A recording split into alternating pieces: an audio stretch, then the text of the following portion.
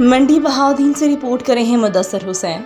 वज़ीर आला पंजाब के विजन के मुताबिक deputy commissioner Shahid Imran mark ने ओपन डोर पॉलिसी के तहत डिप्टी कमिश्नर ऑफिस में आए हुए सालीन के मसाइल सुनकर मुतल्लिका अफसरान को फौरी हल के अहकाम जारी किए। इस मौका पर उनका कहना था कि वज़ीर आला पंजाब की खसूसी हिदायत को मद्देनजर रखते हुए रोजाना ओपन डोर पॉलिसी के तहत अवाम-उन्नास के मसाइल हल किए जाते हैं। उनका कहना था कि अवाम-उन्नास के मसाइल हल करना ज़िले इंतजामिया की अव्वलीन तरजीहात में शामिल है।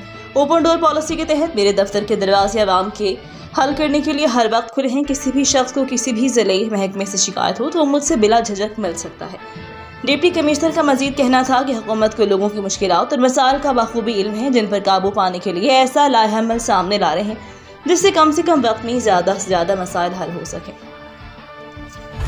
अब तक के लिए इतना ही। मजीद खबरों से बाखबर रहने और ताज़ा अखबार पढ़ने के लिए विजिट करें हमारी वेबसाइट rednews.pk।